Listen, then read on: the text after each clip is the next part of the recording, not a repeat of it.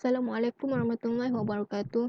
Nama Tuan Nur Rashidah binti Tuan Muhammad Tamizi, nombor matrik 054615. Kali ini kumpulan kami akan membentangkan satu tajuk iaitu Aulawiyat fi Zawaj Asna'i Ad-Dirasah fil Jami'ah, iaitu keutamaan berkahwin semasa belajar di universiti. Perkahwinan merupakan instrumen primer ataupun perkara yang asas kepada pembinaan keluarga sebagai unit asas dan tunjang sesebuah masyarakat. Perkahwinan juga dianggap sebagai langkah permulaan kepada pembentukan keluarga. Secara tradisinya, setiap pasangan individu yang ingin memulakan dan membina sebuah keluarga bersama perlu melalui peringkat perkahwinan. Kebiasaannya, seseorang akan mula berkahwin setelah memasuki alam pekerjaan. Namun begitu, pada masa kini kita dapat melihat bahawa ramai yang mula berkahwin walaupun mereka masih menuntut ilmu. Akan tetapi, ia bukanlah menjadi penghalang kerana Islam tidak menetapkan usia berapa seseorang akan berkahwin. Sekiranya mereka ingin berkahwin pada usia muda atau semasa belajar, mereka mestilah mengetahui semua perkara yang berkaitan dengan perkahwinan agar perkahwinan tersebut sah dan menepati syariah. Assalamualaikum warahmatullahi wabarakatuh. Nama diberi Nur Azlin binti Muhammad Razi, nombor matrik 054584. Baik, saya akan menyambung pembentangan Ta'rif Al-Awlawiyat. Makna Al-Awlawiyat. Baik, Ta'rif wa makna Al-Awlawiyat fi Mu'jamul Ma'anil Jami' Mu'jam Arabi. Awlawiyah yakni ismun, المؤنث أولوية جمع الأولويات له حق الأولوية الأسبقية ينبغي أن يأتي دوره بعد أصحاب الأولوية من لهم الأسبقية. Baik, makna أولويات في معجم المعاني الجامع معجم عربي ialah keutamaan pada gilirannya harus mengikut prioriti. Baik, yang kedua, Ta'rif al-awlawiyat fil kitab al-khulasa fi fiqh al-awlawiyat huwa wada'a kulla shay'in fi martabatahu bil-adli min al-ahkam wal-qayyim wal-a'mal ثم يقدم الأول فالأولى بناء على معايير شرعية الصحيحة يهدي إليها نور الوحي ونور العقل. Baik, makna awlawiyat dalam kitab Khulasa fi Fiqhul Awlawiyat ialah menempatkan sesuatu dalam urutannya dengan keadilan dari keputusan, nilai dan tindakan, kemudian menyampaikan yang paling utama kepada yang paling utama berdasarkan kriteria hukum yang seimbang yang menjadi petunjuk cahaya wahyu dan cahaya akal. Baik. Ta'rifuz zawaj, apa yang dimaksudkan dengan perkahwinan? Baik. Ta'rifun nikah wa zawaj lughatan wa istilahan. Perkahwinan mempunyai makna dalam bahasa dan istilah. Baik. An-nikah wa zawaj fil lugha yakunu bima'na aqad at-tazawwuj wa yakunu bima'na wata'uz zawjah. Baik, perkahwinan dalam bahasa ialah hubungan persetubuhan bersama isteri. Okey, qala Abu Ali Al-Qali faraqtul Arab farqan latifan yu'rafu bihi mawdu' al-aqad min al-wata'.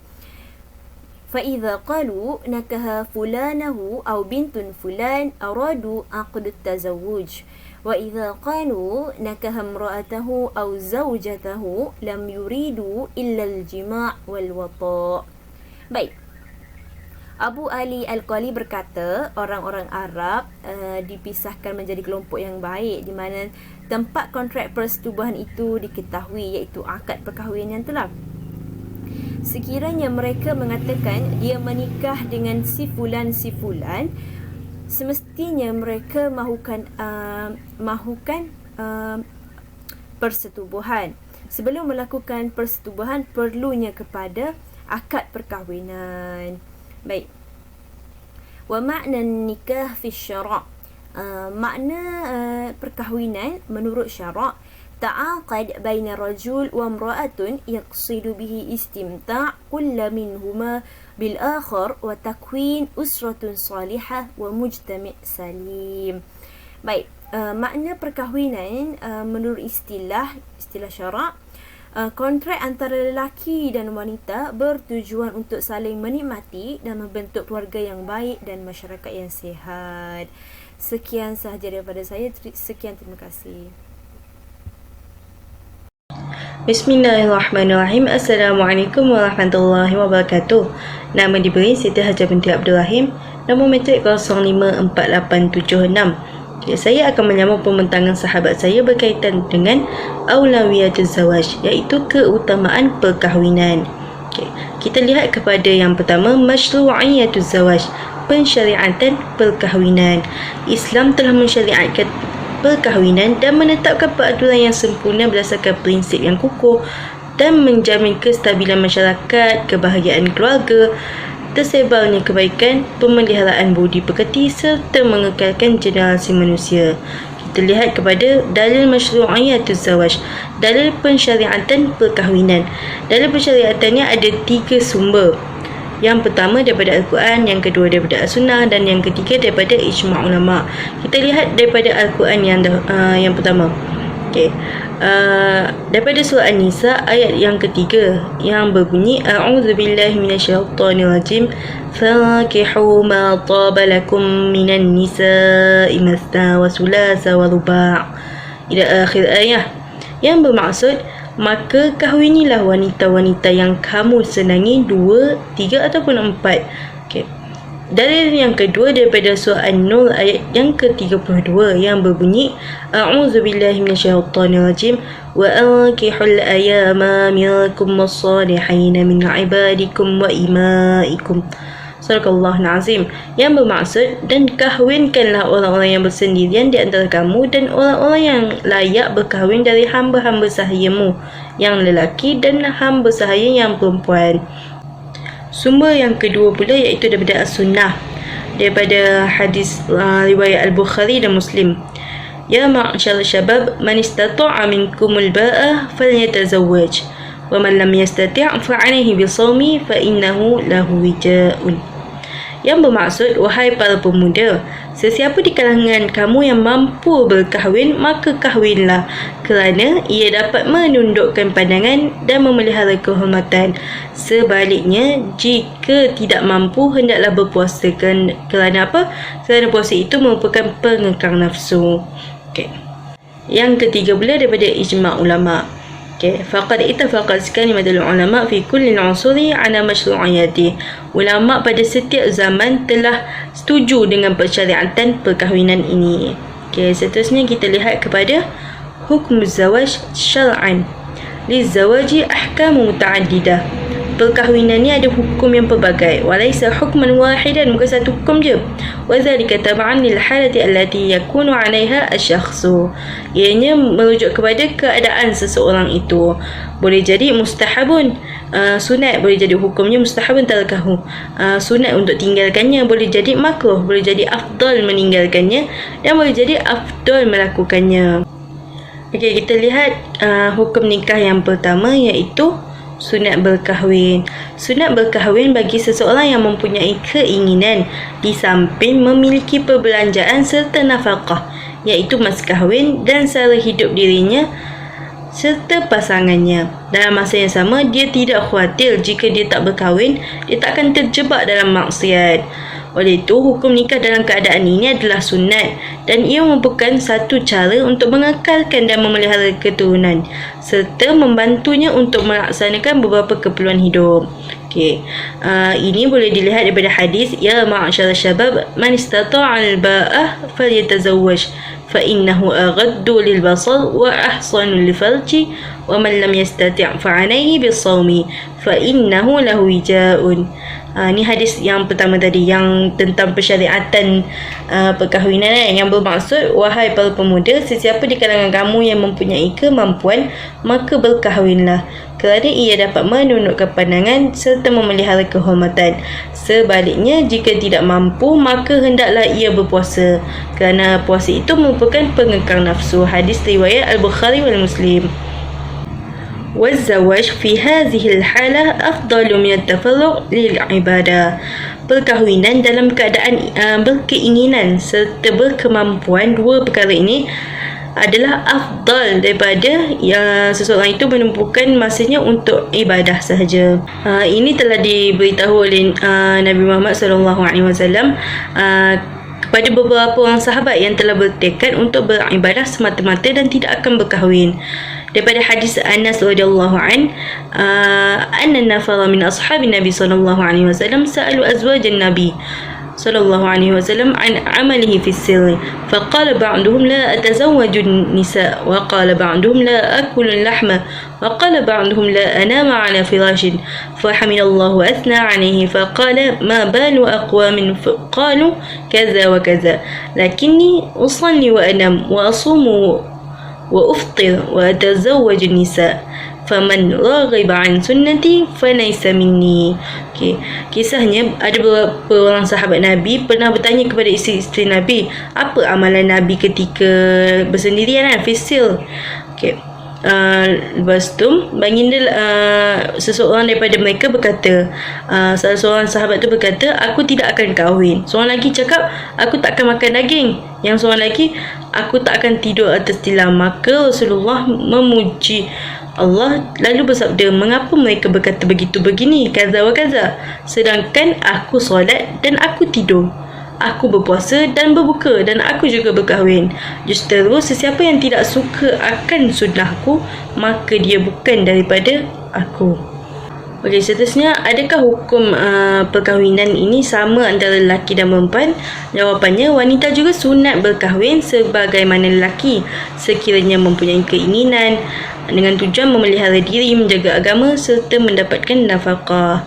Hukum yang kedua adalah sunat meninggalkan perkahwinan itu.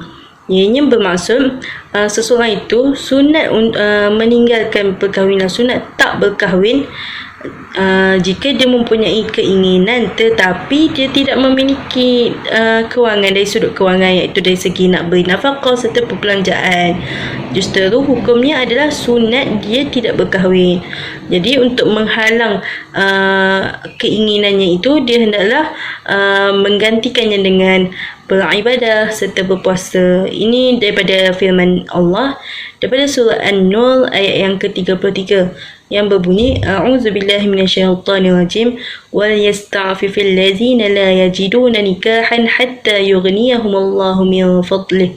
Yang bermaksud, dan orang-orang yang tidak mampu berkahwin hendaklah menjaga kesucian dirinya sehingga Allah memampukan mereka dengan kurniaannya. Begitu juga daripada hadis Nabi yang berbunyi, man istata'a al-ba'ah falyatazawwaj. Sesiapa yang mempunyai kemampuan hendaklah dia berkahwin. Difahami daripada hadis ini, sekiranya tidak memiliki kemampuan, maka sunat baginya tidak berkahwin. Hukum yang ketiga adalah makruh. Hukum ini berlaku apabila seseorang itu tidak perlu kepada perkahwinan. Contohnya, seseorang yang tidak mempunyai keinginan untuk berkahwin, sama ada disebabkan oleh faktor semula jadi, penyakit atau tidak mempunyai perbelanjaan. Makruh berkahwin dalam keadaan ini kerana perkahwinan perlu kepada memenuhi sesuatu yang di luar kemampuannya, iaitu mas kahwin dan juga nafkah. Hukum yang keempat adalah afdal tidak berkahwin.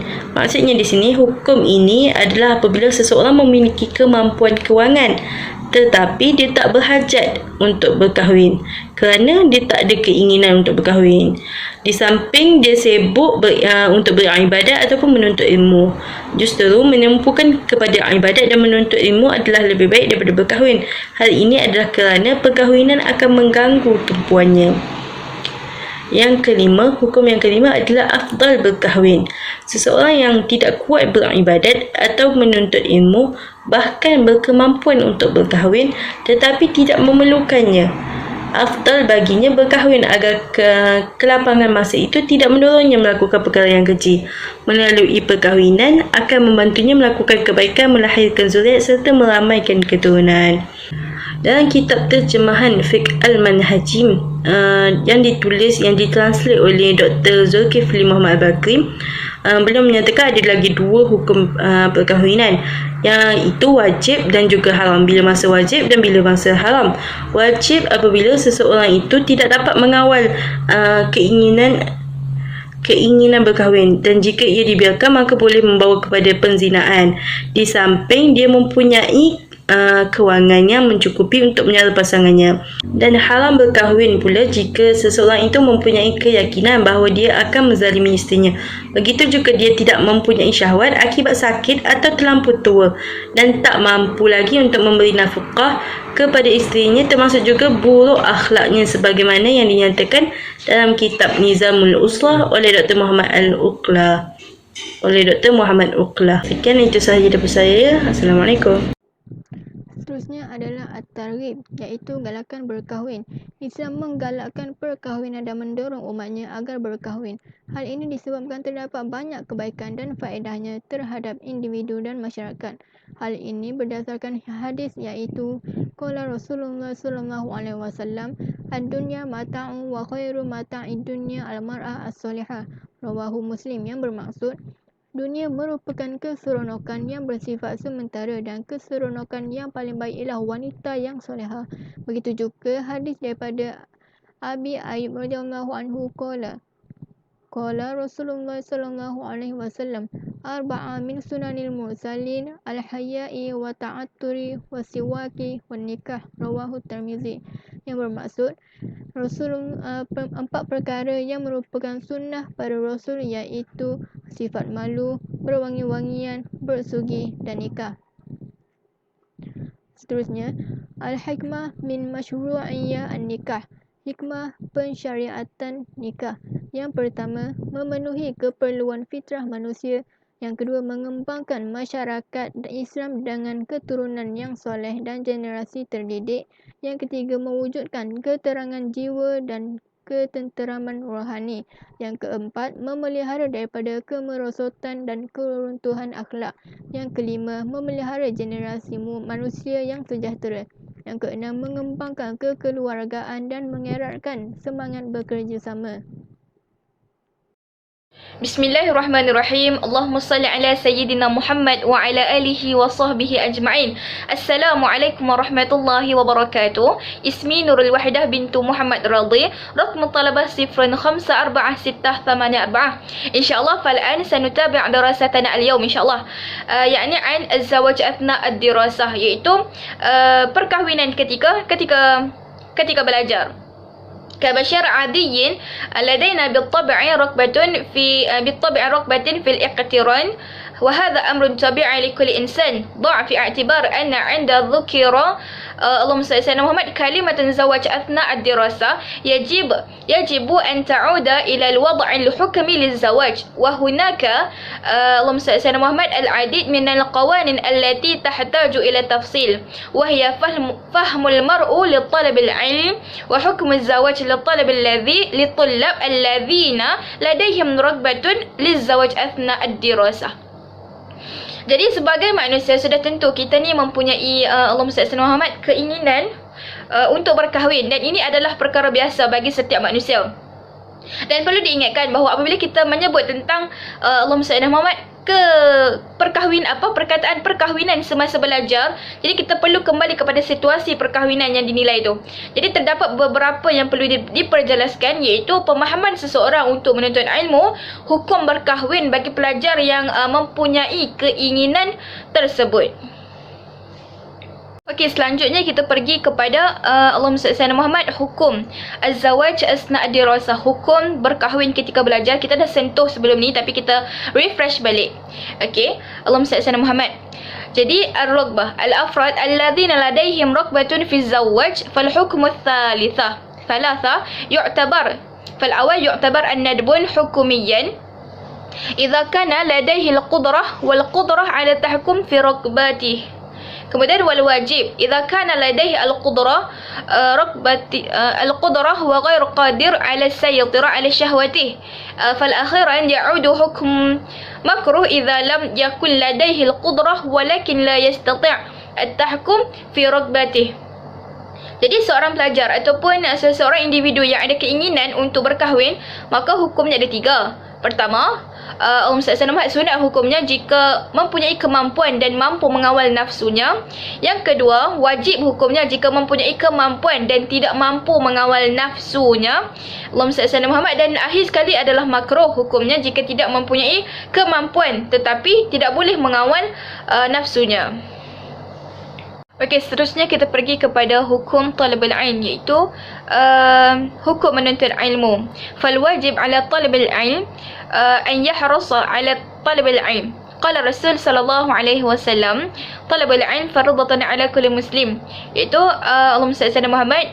Jadi hukum menuntut ilmu ni adalah wajib.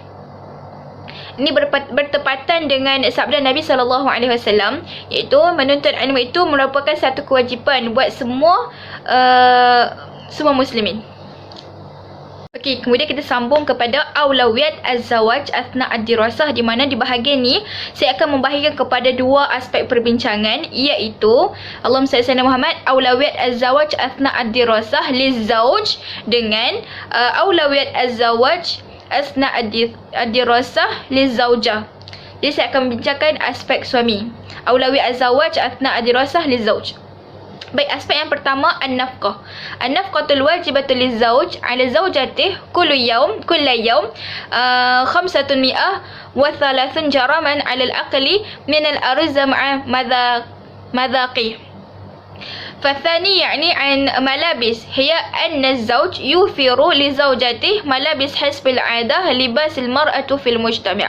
فالثالث يعني السكين. Baik, nafkah wajib seorang suami terhadap isteri ialah setiap hari sekurang-kurangnya 530 gram beras dengan lauknya. Nafkah pakaian pula ialah suami menyediakan untuk isterinya pakaian mengikut kebiasaan pakaian wanita dalam sesebuah masyarakat. Dan yang ketiga adalah Allahumma salli ala Muhammad, tempat tinggal. Sama ada si suami tu menyewa ataupun membeli Allahumma salli ala Muhammad, tempat tinggal untuk si isteri tu. Kalau macam aspek kalau si isteri tu sedang belajar ataupun dia pun sedang belajar, jadi memadailah kalau Allahumma salli ala Muhammad, si suami ni membayar asrama kepada si isteri tersebut. Okey, kemudian yang kedua adalah husnul suluk ataupun Allahumma salli ala Muhammad, akhlakul karim, iaitu akhlak yang baik ataupun berkelakuan baik. Yajibu 'ala az-zawj muamalah az-zawjah muamalatun hasanah li'annahu wafiq 'ala ri'ayati az-zawjah athna 'aqdi az-zawaj. Okey, wajib ke atas suami itu untuk berkelakuan baik terhadap isterinya. Sebab apa? Sebab dia dah bersetuju untuk menjaga isterinya semasa akad nikah tu berlangsung. Kemudian yang ketiga al-himayah, dari segi perlindungan. Yubikh az-zawaj idza fa'alat syai'an min sya'ni ilhaq ad-darur biha. Jadi si suami ni perlu dia tu untuk menegur isteri jika si isteri tu melakukan sesuatu yang boleh menimbulkan kemudaratan. Sama juga wajib ke atas si suami ni, Allahumma salli ala Muhammad, dia menjaga maruah dan isteri walaupun dalam keadaan dia tu seorang student dan sebagainya, tak boleh diabaikan walaupun dalam keadaan dia tu menuntut ilmu. Okey, itu sahaja daripada saya serahkan kepada pembentang yang seterusnya. Terima kasih. Bismillahirrahmanirrahim. Assalamualaikum warahmatullahi wabarakatuh. Nama diberi Nur Hibah binti Muhammad Nordin, nombor metrik 054690. InsyaAllah saya akan meneruskan pembentangan sahabat sebelum ini, iaitu berkaitan aulawiyat li zaujat, iaitu keutamaan bagi seorang isteri ketika masih belajar. Keutamaan yang pertama bagi seorang isteri ketika masih belajar adalah أولوية تقسيم الوقت بين المسؤوليات الأسرة والدراسة. Yang bermaksud keutamaan untuk seorang isteri itu membahagikan masa yang dia ada antara tanggungjawab keluarga dan juga tanggungjawab pelajaran semasa di universiti. إن طلب الدراسة في الإسلام مهم للغاية كما مسؤولية الزوجة عند الزواج أثناء الدراسة مهمة أيضا. Yang mana tuntutan menuntut ilmu itu juga merupakan satu tuntutan dalam Islam, dan ianya juga merupakan satu kepentingan, satu yang penting bagi setiap individu Muslim. Begitu juga dengan tanggungjawab seorang isteri ketika mana dia berkahwin ketika belajar. Jadi kedua-dua tanggungjawab ini, tanggungjawab seorang isteri dan tanggungjawab seorang pelajar, mestilah diseimbangkan dengan sebaik yang mungkin. Yajibu an takuna az-zawjah hakimatan fi taqsimi wa takhsis waqt liidarah al-usrah wad-dirasah wat-tawazun baina al-mas'uliyat. Yang mana seorang isteri ini apabila dia mempunyai dua komitmen, iaitu komitmen sebagai seorang isteri dan juga komitmen sebagai seorang pelajar, jadi wajiblah ataupun ianya adalah satu keutamaan bagi seorang isteri itu untuk membahagikan masanya dengan sebaik yang mungkin. Sekiranya dia berada di universiti, dia mestilah memanfaatkan masa yang dia ada di situ untuk menyelesaikan segala tugas-tugas yang diberikan. Manakala apabila dah sampai di rumah, seorang isteri itu mestilah memanfaatkan masa yang dia ada bersama keluarga, anak-anak dan juga suami. Dan antara salah satu cara untuk membahagikan masa dengan terbaik ini adalah seorang isteri itu mestilah membuat satu jadual, yang mana jadual itu adalah sebagai satu panduan untuk dia membahagikan masa dengan baik dan dapat menyelesaikan tugasan ataupun tanggungjawab yang perlu diselesaikan dengan segera. Keutamaan yang kedua ialah aulawiyah al-ihtiram wal-ikram, yakni keutamaan bagi seorang isteri itu untuk memuliakan dan menghormati suaminya. Baina az-zawj wa zawjah yajibu an tafahhamu al-ihtiram wal-ikram bainahum wa hasuna istidafatuhum wa musyarakatuhum wa an yakuna tasrifan daiman bi tariqah latifah wa mu'addabah wa iltizamuha bi akhlaqil hasanah ma'ahu. Yakni antara suami dan isteri itu perlulah adanya sifat saling memahami, saling memuliakan dan saling menghormati untuk mewujudkan sesebuah keluarga yang baik. Al-uslub al-ihtiram wal-ikram asas at-ta'amul bain at-tarafayn, yakni zawj wa zawjatuha. Asas sesebuah perhubungan itu adalah berinteraksi, saling memahami antara satu sama lain. Al-ihtiram wal-ikram huna yajlib ma'na ta'ah az-zawjah li zawjatiha, yakni keutamaan memuliakan dan menghormati suami ini adalah membawa maksud taatnya isteri kepada suami. Jadi contoh yang dapat saya berikan adalah ketika mana seorang isteri ini perlu menyelesaikan tanggungjawab beliau sebagai seorang pelajar. Jadi dia perlu keluar daripada rumah, dan di situlah menunjukkan kemuliaan ataupun kehormatan seorang suami itu. Jadi si isteri perlulah meminta izin kepada suaminya sebagai tanda dia taat, sebagai tanda dia menghormati dan memuliakan suaminya. Jadi walaupun kepentingan ataupun tanggungjawabnya sebagai seorang pelajar perlu diselesaikan, yakni dengan perlu berjumpa dengan pensyarah ataupun perlu mengadakan perbincangan dengan kawan-kawan sekelas, akan tetapi tanggungjawabnya sebagai seorang isteri itu mestilah memuliakan suami, menghormati suami, iaitu dengan cara taat kepada suami dengan meminta izin sebelum keluar daripada rumah. Seterusnya, keutamaan yang ketiga, aulawiyah litakunu qudwah lil atfal, yakni keutamaan bagi seorang isteri itu untuk menjadikan dirinya sebagai contoh tauladan yang baik untuk anak-anaknya. Anna daurul walidain fi takwini syakhsiyah at-tifl min ahammin az-zawahir allati tuwajihu kullul bait araqi wa kullul usrah. Yang mana dalam sebuah keluarga itu, peranan ibu bapa amatlah penting dalam mendidik anak-anak, memberi contoh tauladan yang terbaik, memberi pendidikan ada daripada aspek agama dan moral dan sebagainya. Akan tetapi kita lihat pada konteks sekarang ini adalah ibu merupakan orang yang paling dekat ataupun orang yang banyak mendidik dan banyak meluangkan masa dengan anak-anak. Al-ummu hiya awal syakhsun yakumu bitashkil al-tifl wa ta'limuhu liyakunu syakhsan salihan wa yatamassaku bil qiyam al-islam fi hayati. Yani ibulah ataupun seorang isteri yang mana merangkap juga seorang ibu, dialah orang yang pertama yang membentuk, yang mengajar, yang mendidik anak-anak untuk agar menjadi seorang Muslim yang terbaik, individu Muslim yang terbaik, iaitu dengan memberi didikan agama, didikan moral dan menetapkan ataupun menerapkan nilai-nilai Islam dalam kehidupan anak-anak. Jadi saya petik satu syair Arab yang berbunyi, Al-ummu madrasatun idza a'dadta sya'ban tayyibal a'rak, yang bermaksud ibulah yang merupakan madrasah ataupun sekolah yang pertama bagi anak-anak, yang di mana ibulah tempat anak-anak ini dapat pelajaran, dapat pendidikan.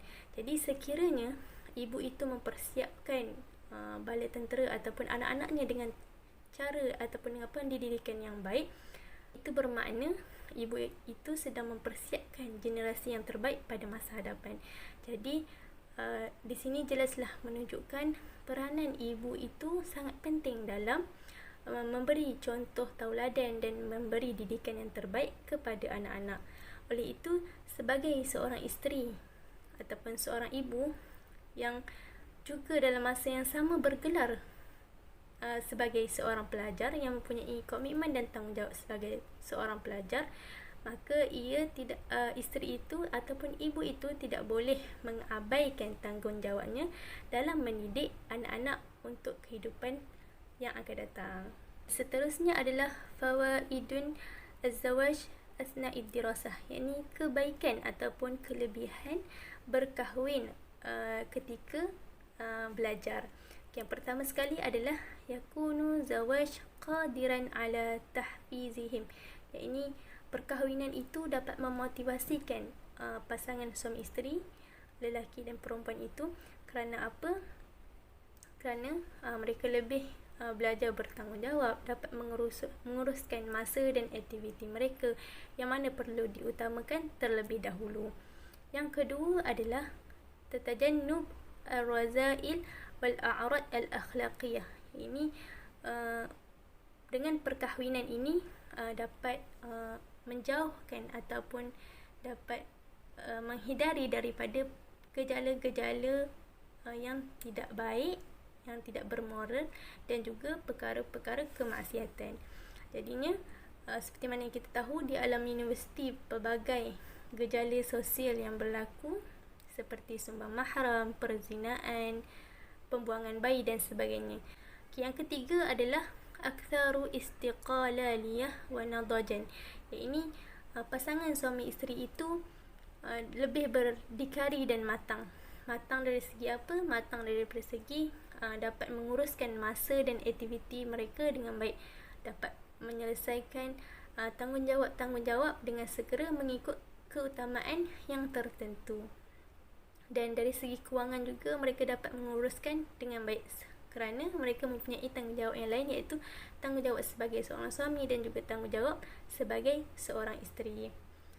Baiklah, itu sahaja daripada saya. Saya serahkan kepada pembentang yang seterusnya. Kesimpulannya, dalam Islam, belajar merupakan satu tuntutan yang bukan hanya diwajibkan pada had dan umur yang tertentu, tetapi sepanjang kehidupan manusia. Oleh itu, seseorang individu perlulah menghabiskan pembelajaran dahulu baru berkahwin, atau mereka perlu berhenti belajar apabila berkahwin. Kehendak Islam dalam belajar ialah untuk keseluruhan kehidupannya. Jika jodoh sudah sampai, Islam tetap menyuruh dia belajar walaupun berkahwin.